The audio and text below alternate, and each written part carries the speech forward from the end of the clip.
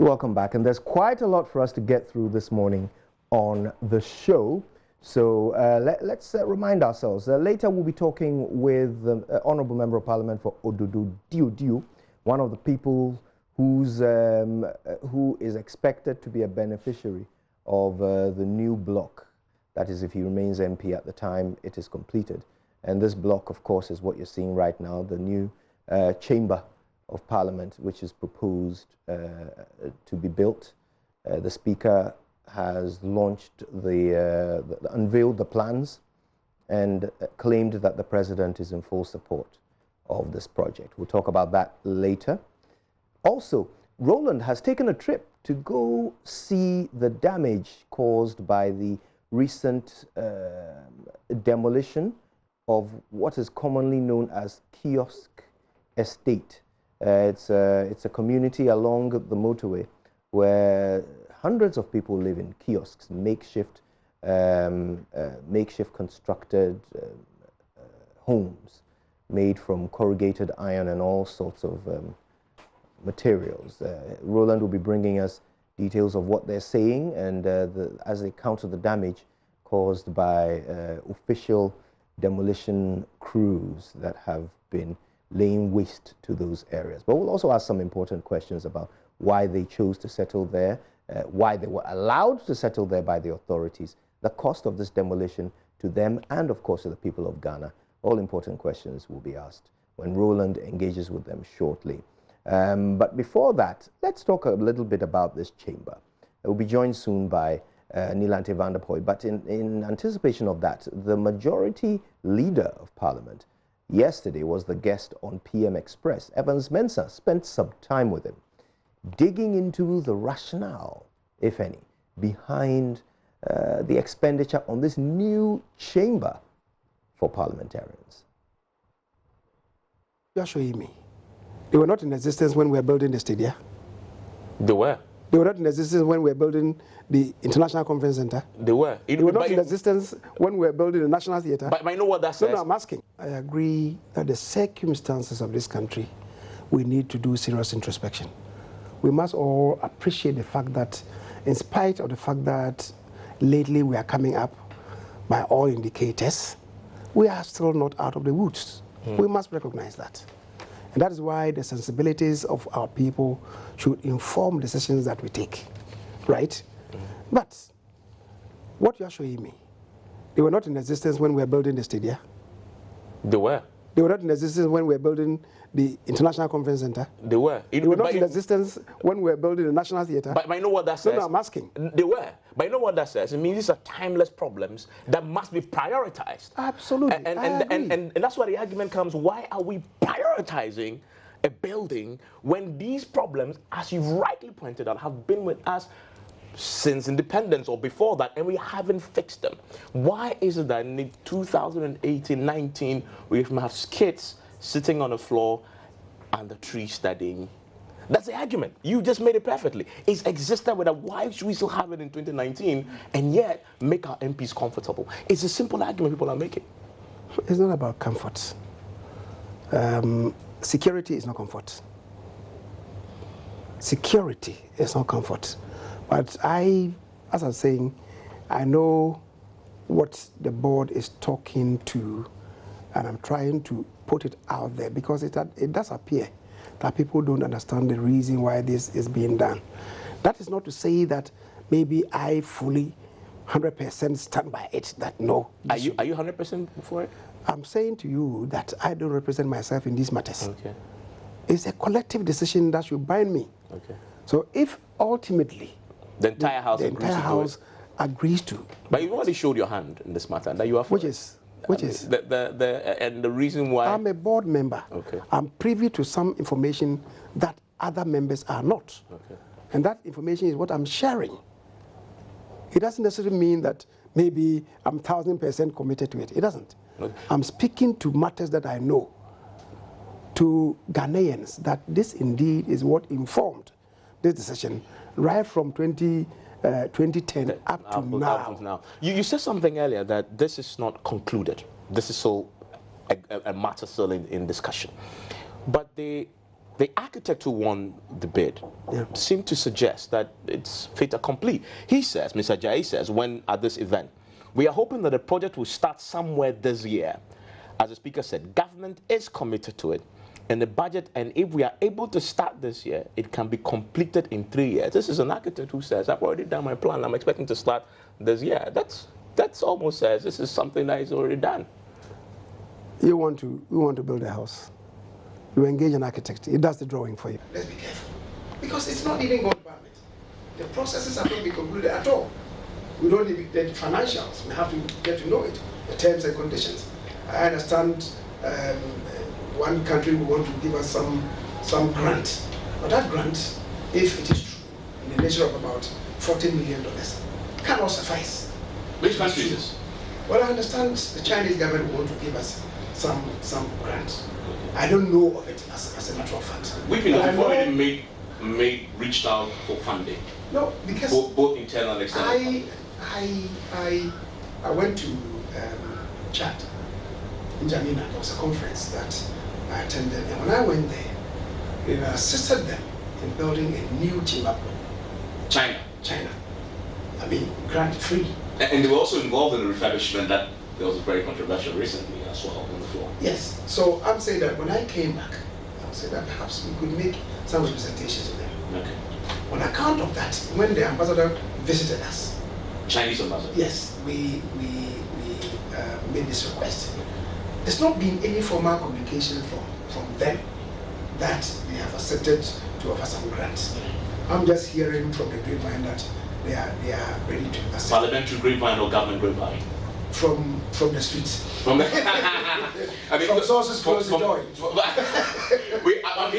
I know, but I'm hearing this for the first time. Yeah, but there's some positive feedback, I guess, coming from China. I'm saying that if that is true, even if that is true, it cannot certainly be the full complement of it. True. We certainly would require government support. And if government should come in, but government is already in. Yeah, I'm saying that if they should, because we don't know the exact quantum. Because I read the speaker says Parliament government has already made budgetary allocation for this. I just transcribed his president what he said when you outdoors the grand plan, and he said that we already have parliamentary allocation for it, and what you're doing now is Parliament itself seeking some external funding to top exactly. There are two. The additional office space, government has committed to funding that. There's an additional office space? The one that you saw coming here, because as I indicated to you that 23. The job 600? Yes. Have you seen that addition? Yes. Yes. Coming up. That's coming up. Okay. Is to serve the additional, those of them, the 23 of them, who have no offices. And also to provide additional office space for the committees. And some in the administration will also require some offices. And of course, some extremely busy committee chairs would also require, apart from their own offices, committee officers to serve their papers. Finance committee, a very busy one. Public accounts, subsidiary legislation, energy these days. We will come to some determination on that when we are through there. So there's that one. And when we made the representation that we may want to do this, we said, well, if they get to know the cost, they will know how much. Let's face it, as I indicated to you, since independence, it appears it's only the legislative arm of government that doesn't have a dedicated, facility. Now it's dedicated. No? You have a fantastic office even complex. Even where we are, the office complex, yes. Yeah. And that justifies what request that we are further making with government. Because here, this one is still in the name of state protocol. It's not in the name of. But what stops government from simply handing over to that? It is the reason why we even want to secure the entire precincts for Parliament. On Saturdays, you see what happens. People come, the grounds are rented by state protocol to people who have funerals, and when they are finished, they migrate to this place, have pictures. You never know these days what will happen. Have you seen any legislative enclave? You will be accused, Mr. Chambers, of using fear-mongering to sell this idea of building a new chamber. You've talked about people possibly pouring acid on the Speaker of Parliament. No. I'm talking about possibilities. Yes. You don't want. What is but that has never happened. What is this business about defense? You having an army in your nation. Why?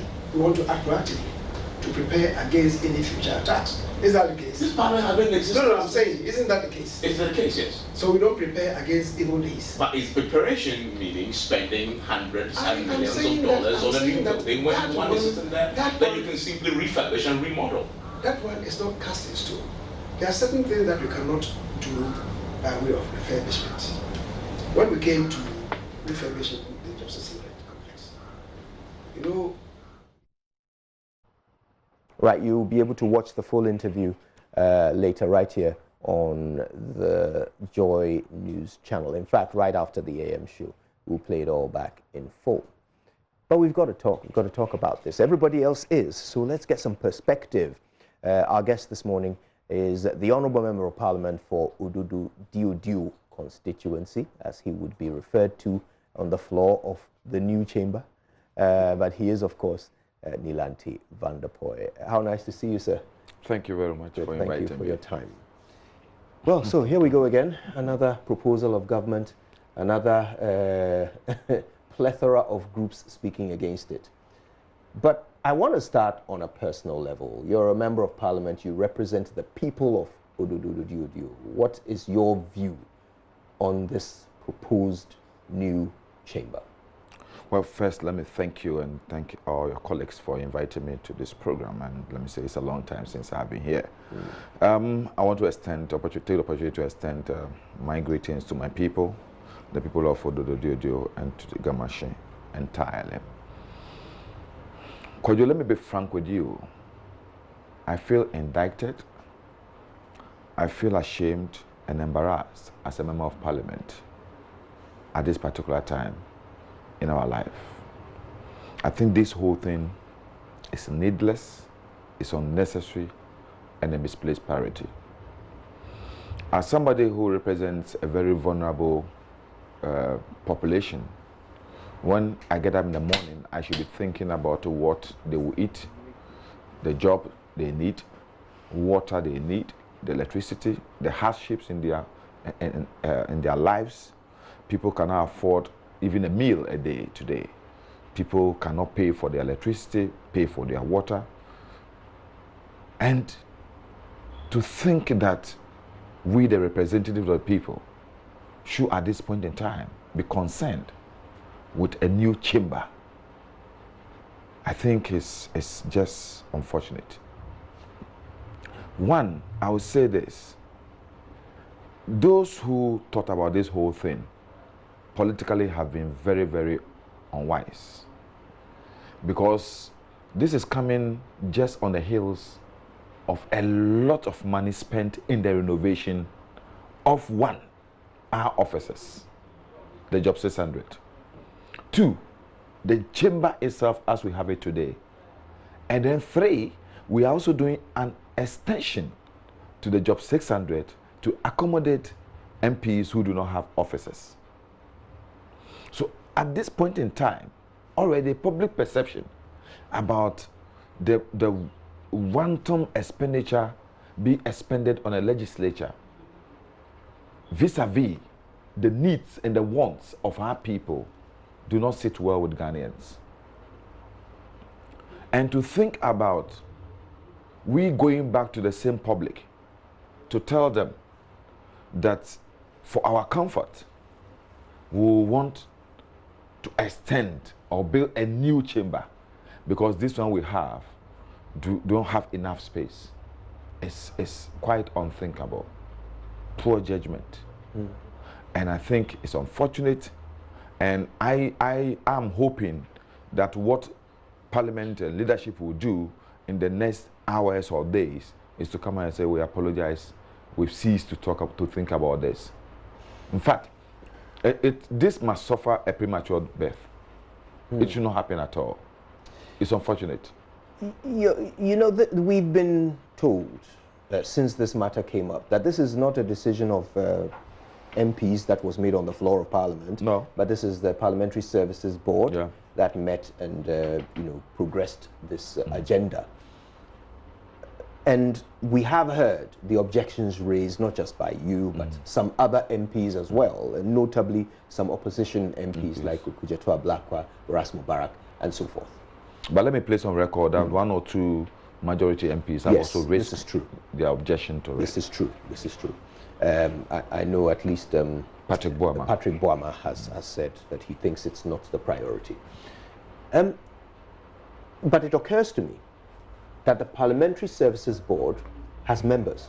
Yeah. And one of those members is the minority leader, Haruna Idrisu, your leader. If they are making a decision that, you know, generally members of Parliament do not agree with, how could it progress this far? To the point where they've got, they've even contracted an architect and unveiled plans, and they know the cost of it and where they are going to get the money from, some of it from China apparently, the rest of it from us, the taxpayer. How come it has gone that far without your knowledge? Well, let me say this. I don't remember as a member of Parliament that this coming to us at any point in time for a discussion. And definitely the Parliamentary Service Board could take decisions, and the implementation, when they are administrative, the implementation, it lies within the Service Board and the management of Parliament. But you have representation, yes, we have. There for a reason. I'm saying that, so it behoves on our representatives to now come and meet the various caucuses. So the majority leader will have to brief the majority, the minority leader will have to brief. But I think this has not even come to a level where they have mandated those our leaders to come and brief members. Because the abhorrence exhibited by members of the House yesterday was huge, was very pronounced. In fact, anger was written in the faces of almost 2/3 of members of Parliament yesterday. That how come such a thing could be decided or thought about without we, the majority of members of this House, decide. And that also goes to the authoritarian nature of Parliament. I must be frank with you. Parliament, the legislature, in a way, is very, very authoritarian because the Speaker wields a lot of power and the Parliamentary Service Board has a lot of power. They could take certain decisions which as a member of Parliament, you are inclined, even if you object to. Possibly what you could do is to go to the Supreme Court, but Parliament is a master of its own rules and regulations. The court is limited in deciding what Parliament could do. If you look at a legendary court case, Apollo versus the Attorney General. So it's not all the case that members in the House, unless the issue is laid before you in the House, you may not have any opportunity to talk about it. So now with this particular thing, what all of us as members of Parliament have decided to do is to sing the voice of the people who put us in the chamber. People we are representing, who are appalled by this wanton waste of resources, if it is there. But you see, the attempt by government to shadow this is unfortunate. Because as far back as last year, His Excellency the Vice President also talked about this issue. That was when he visited Parliament, when our roofs were ripped off because of the rain. And the Speaker himself has 1 or 2 times bounced this off. I don't know whether it was an agenda setting to see the reaction of members. So we've also taken a stand because the thing has not been thoroughly discussed amongst us as members of Parliament. So there is no way we could have commented on it. If this opportunity had not presented itself for the Speaker to now come out publicly and tell people that we've gone this far and this is what we want to do. And that's where all of us became alarmed. And for this, I totally will join any group of Ghanaians to protest against this. Yeah, I've got to say, I mean, you made a point earlier that perhaps the Parliamentary Service Board has not mandated your leaders to come and brief you on this. Yes, most of the time, some of these things, it gets to a level where the speaker said that discuss with the members and let's have a feedback on some of these issues. But then with this particular one, it's going to. I wonder how fair that is, bearing in mind the fact that the Speaker of Parliament has publicly unveiled the plans. Yeah. So, I mean, first of all, even the creation of the model is something that will be given out as a contract to a company to do. And there's even a cost to Parliament. Indeed. So, this is something that has far advanced. Yeah. They've already talked about starting sometime this year and completing in 3 years' time. Now, my profession is within the built environment, so I know that you can't give a project time frame without knowing the cost of it. It's not possible. So the discussions have gone to a certain level. But you are saying that the minority leader, to single him out because he is the one who would have informed you in person, in particular.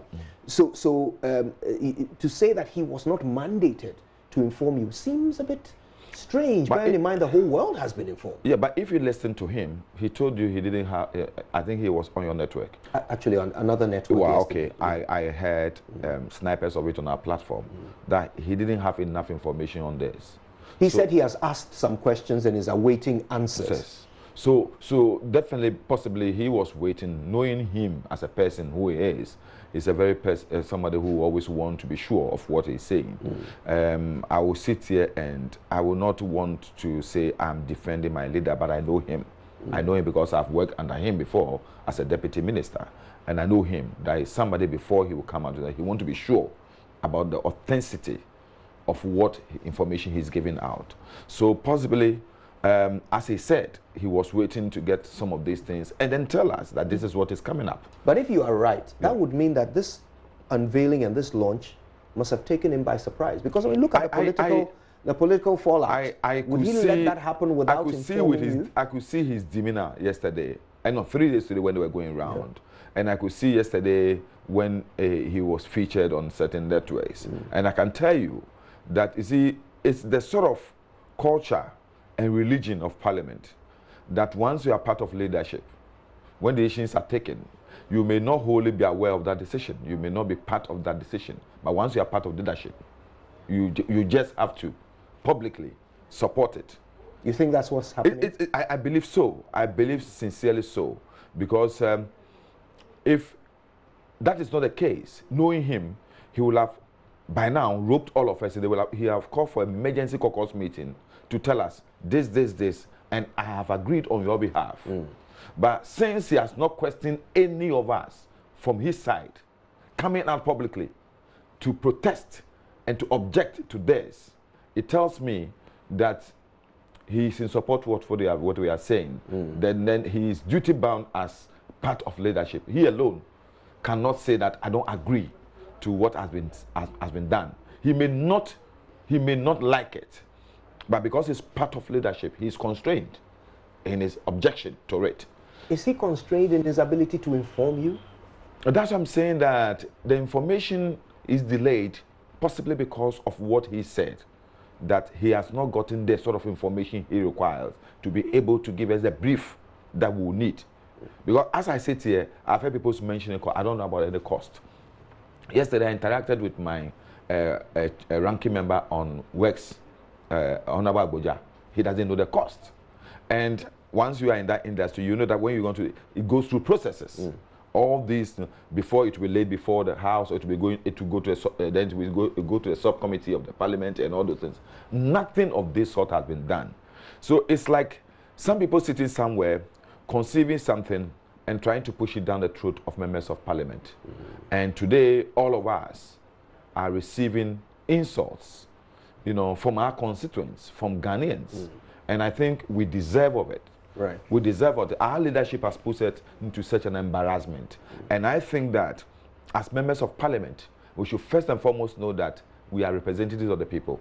So if Ghanaians and our people and the people we represent aboard this are embarrassed by this, then we should also be embarrassed. The plans were unveiled last week. Yeah. Has the minority leader briefed the caucus since then? No, because Still? he hasn't. No. We're expecting that we could have caucus meeting. Up to this morning, we have not had any information as to the caucus meeting. But he'll be speaking to the public today. I'm sure. At 9 a.m. Yeah, I'm sure. I've heard something like that, but it's not on our platform yet. That means it's not an information that is open to us, the minority. If we would have that, we will be informed.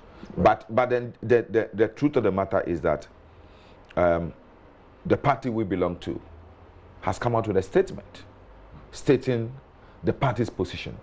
And as members of the party, and we being in that house on the ticket of the party, I think the only sensible thing all of us will have to do is to stand by what the party has decided. So as I sit here, there is nothing at all that can be done to convince me to accept, to approve, and to give my, let me say, support to such an undertaking. Now, the majority... It's frivolous and it's unnecessary. The majority leader has mounted a rigorous defense of the concept. He insists that he is not saying he is personally in support, but he's sort of saying that it's not a far-fetched idea, and he gives a very strong defense of that position. When he spoke to Evans Mensah last night, he talked about how, first of all, there are problems with the existing chamber. It's not, it wasn't purpose-built. It wasn't originally supposed to be a parliamentary chamber. At the beginning of the Fourth Republic, there was a need for a place that was supposed to be an auditorium. It was converted into a chamber. Numbers were smaller then. As the numbers grew, the problem grew. So it got to a point where now, when you get big national events where ministers of state are supposed to, ministers and so forth are supposed to attend, they have no place to sit. You have to bring chairs from elsewhere for them to sit on. He talked about how some people are sitting behind columns and cannot catch the eye of the speaker. He talks about how if there's an emergency and there's a need for evacuation, it's problematic because of the size of the chamber and the design of the exits and so forth. He also talks about how he sits a little too close to the minority leader. Their desks are too close. If they both stretch their arms out, they can probably touch each other, which is, to him, something you would never see in a parliament. Well, I haven't had You've been there. I haven't had the privilege of sitting in the chairs and stretching my arms, but I've been in the chamber. And what he says is that they are uncomfortably close. If there is any sort of disagreement that turns physical, it's not safe. I don't know who he's worried for, himself or the minority leader, but he's worried. And these are the reasons he gives for the need for a new chamber. But then he also goes on to say that this argument that it's not timely and so forth, well, we've always had problems. We've always had schools under trees. We've always had hunger. We've always had bad roads. We've always had them. We can't say we are solving them all before we build infrastructure and necessary facilities. So this argument that there are hungry people in Ghana, that argument existed when we were building the stadium. It existed when we were building the theater. So this is generally the position of the majority leader. Is that not logical to you? Kojo, it's unfortunate. It's unfortunate that a very seasoned politician could say these things. But I don't blame him. That's the thinking of his government. This is a government that is so much interested in profligacy. You just saw the president himself in the midst of all the problems in this country, chartering a private jet, spending $17,000 an hour to go and watch a European Cup final. Is that all he chartered the jet for? And then also fly to the Cup of Nations. Well, he had other engagements in that area, did he not? Well, Parliament approves his plans before he travels. You know something? The Bible says something, and I want to be spiritual this morning. I want to say it in Akan for you to understand it. And the reason why I'm saying Akan is that it tells you the strength of what the Bible says. You understand? So when you are in leadership, you are a politician, people have voted for you. Yes, you have the right to do so many things, but it is not all those things that are sensible and expedient. But Parliament approved his travel plans. No, Parliament only approved his travel, but not expenditure for the travel and other things. He submits a letter to us. In fact, we don't even approve. He notifies us that he's traveling. The president notifies us, and then he's traveling. So that he could even travel. He could even travel before bringing a notice. If it's a weekend and he has to travel, we can only be informed when we come into the house on Tuesday. So he may have gone, possibly come back before we even get a notice. But we don't approve of his travel. We approve budget for the presidency. As to how he spends the budget, I don't know if we don't decide. But let me say this. The whole reasoning of the majority leader on this is untenable. Highly untenable. It doesn't sit well with a representative of a people. The minority leader want to tell me that the comfort of members of parliament is so paramount that we cannot even make sacrifices in order to satisfy the demands, the needs, and the welfare of other Ghanaians who have elected us. Maybe that's the philosophy of the MPP, but not for us in the NDC. And so, all the reasons he's given, we, as a Social Democratic Party, do not accept and will not accept. One, let me tell you this. Whose fault is it to have 275 members in parliament? Is it our creation? Did we decide? You did together. People have continuously said that the creation of new constituencies, districts, is not a panacea to our problems. It's not. There are certain constituencies, total population is about 40,000, 30,000. You understand? There are certain constituencies per square. It is not. Sometimes we should think about people. I'm certainly not happy, and I don't think Ghanaians should at any point accept any increase in the number of constituencies we have in this country. The last time we said probably this is the last time we are creating new constituencies. We shouldn't. Two, the reason I'm saying that chamber is big enough for us. Have you seen a British chamber? Where people sit body to body.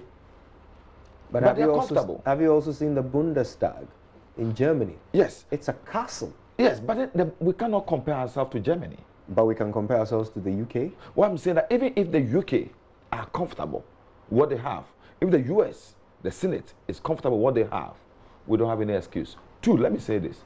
It is not about space. It's about lack of reasoning, proper reasoning in the choice of furniture for the Parliament House. Our chairs are just too big. But you approved the Chinese chairs. You were We didn't approve it. Then, right? But we didn't approve it, not the members. The members did not approve it.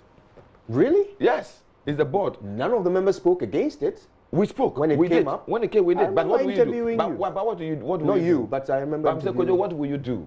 You only speak against it. This what we are discussing now. Chinese we can continue. Chairs. We can of you spoke against the Chinese chairs? We did. A lot of us did.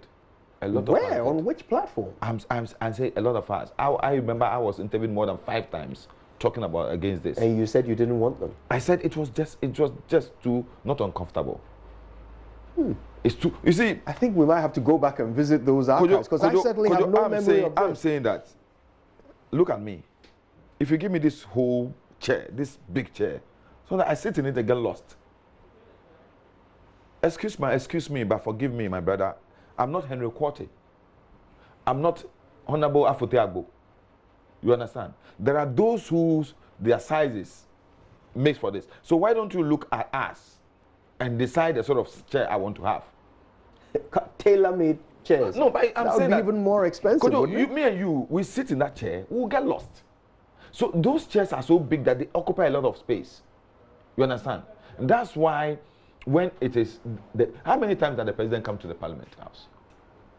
How many times do we have all this population he's talking about in the Parliament House? It's only when we're having the budget and the mid-year budget and so on. So 3 times in a year. So just to be clear, you're saying that you and other MPs were against the renovation and the Chinese chairs? No, we're not against the renovation. The Chinese chairs. We're against the size of the chairs which was brought. We thought it was too big. But You recall that this happened under the NDC government? Yes. When you had a majority in Parliament? We protested. And the committee that traveled to go and inspect these chairs was led by a member of your party. So how did you do all of that? Kojo, I've told you. And then I've told you the character of Parliament. I sit here as an ordinary member of Parliament. I may be a ranking member, but I'm not part of the main leadership. You understand? And the Parliamentary Service Board, we take decisions. And I've told you Parliament has some level of authoritarianism where the issues have been taken and then thrusted upon you, the members. If the decision hasn't called for you voting on it, debating it, and also demanding your approval, you don't have that power. You don't have the authority. But it was a committee of MPs that traveled to China to inspect the chairs. Leadership. It wasn't the leadership. It was leadership, not MPs, of a yes. Parliament that had an NDC majority. Well, yes, but when it comes to leadership, the same number.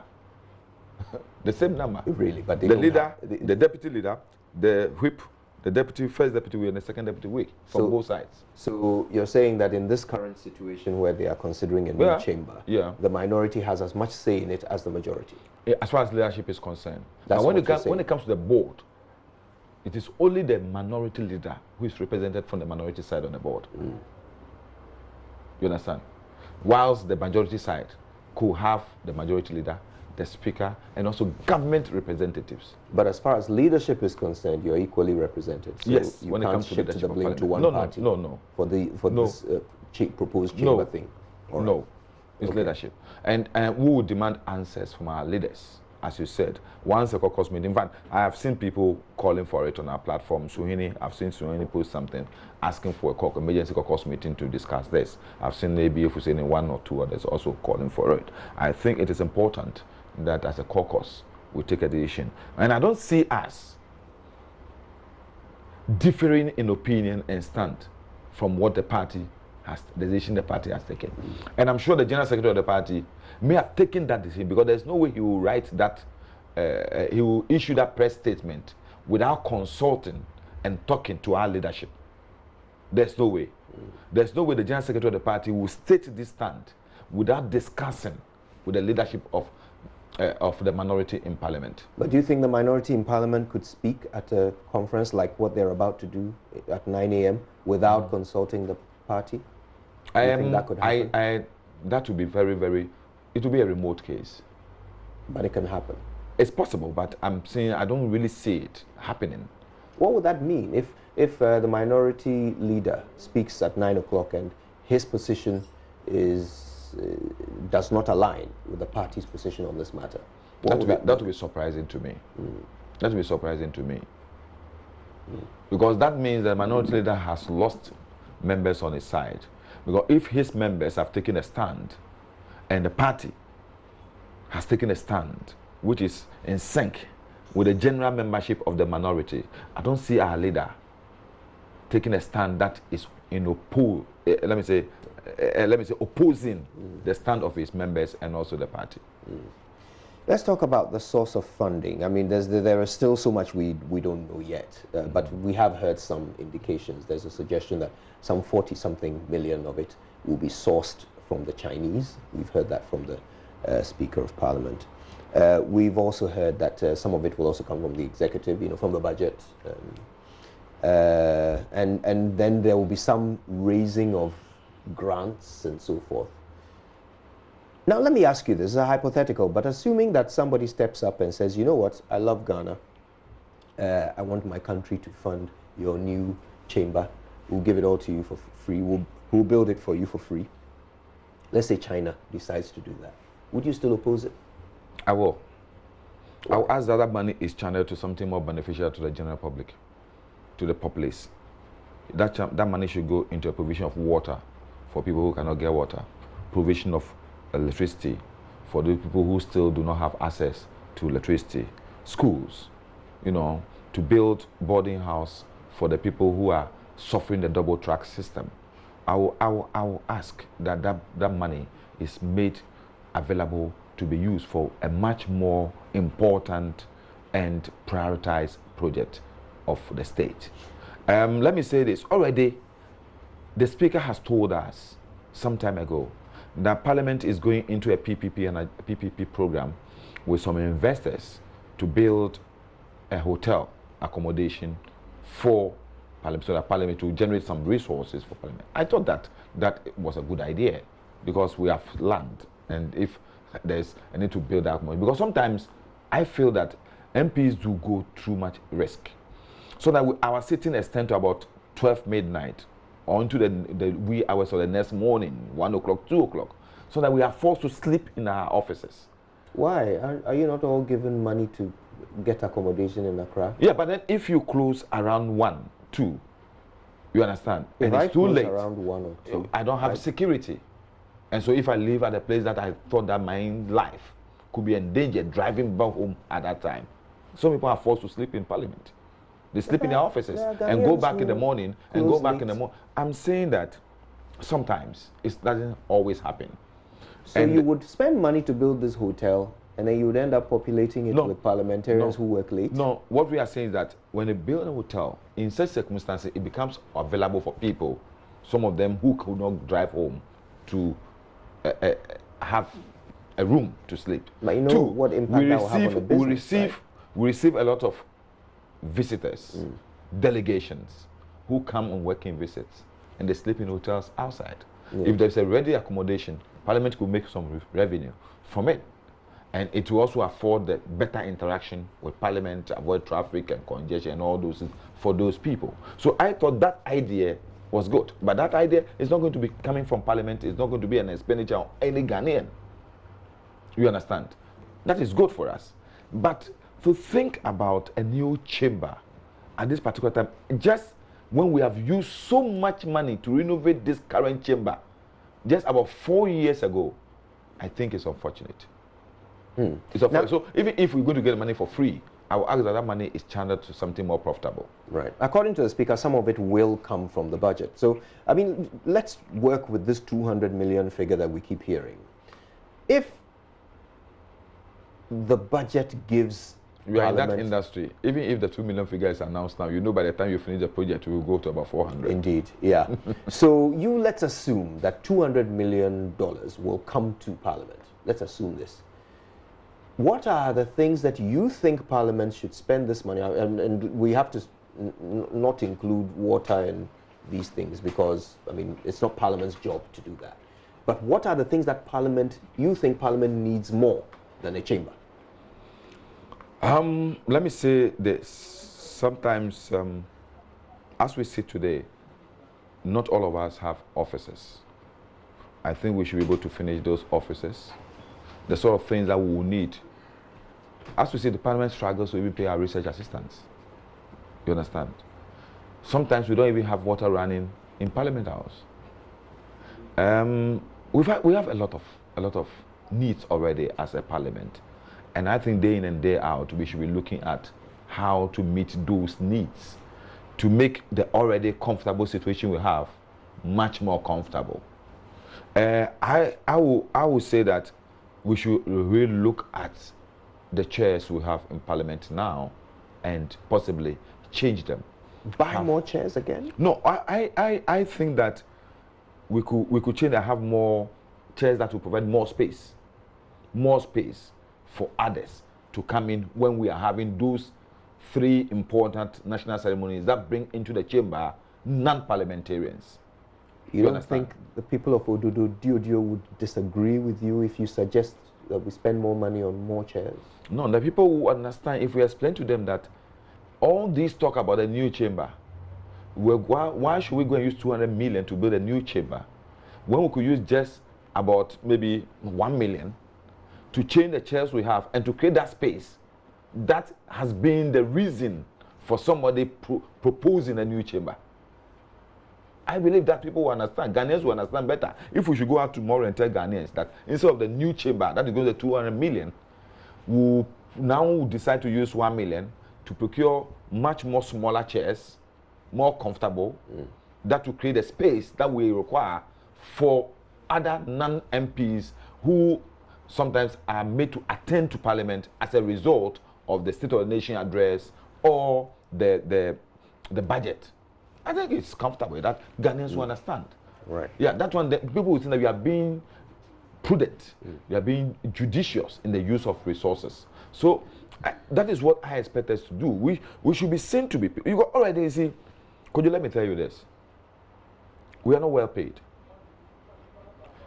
In West Africa, we are one of the least paid MPs. But because of the way we've projected ourselves all this while, people think that all that we are concerned with in Parliament is money. Ourselves. You understand? People, even there is this perception out there that the only time you will see the majority and the minority agree on anything is when it comes to their salaries or their ex gratia. It is not true. The statistics show that on those occasions you agree. It's not true. You never disagree on those things. It's not true. Since I have been a member of Parliament, majority of the decisions that have been taken in the House were done on consensus at the committee level. Sometimes when you come into the chamber, then the theatrics come in, the drama comes in. People will defend a particular stand because of political whipping. But still, you never disagree on the money things, you know, the benefits. We have. Some of the things we have. As we are talking now, the minority were not happy about the percentage of the common fund that is given to district assemblies. But that's not personal. Yeah, but I'm saying this. Benefits. The majority, most of the majority members did not agree. So we were forced to go to Supreme Court to seek interpretation of what constitutes total revenue. You understand? We didn't agree on that, even at the committee level. Yeah. So it tells you a lot of things we agree on, so a lot of things we do not agree on. But I all said and done, I think that what we need to do at this particular time is to repair our image, our bruised, let me say, integrity as far as these things are concerned, and let people understand that we are not in that house, possibly, or probably, let me use the word probably to be more safe, for our self-aggrandizement, but for the welfare and the good of this country. I've got to thank you very much for your time. Thank you. It's always a pleasure. Of course, representing the people of Ododo Diudiu, Mr. Nii Lantey Vanderpoy. Hopefully it won't be too long before he joins us again.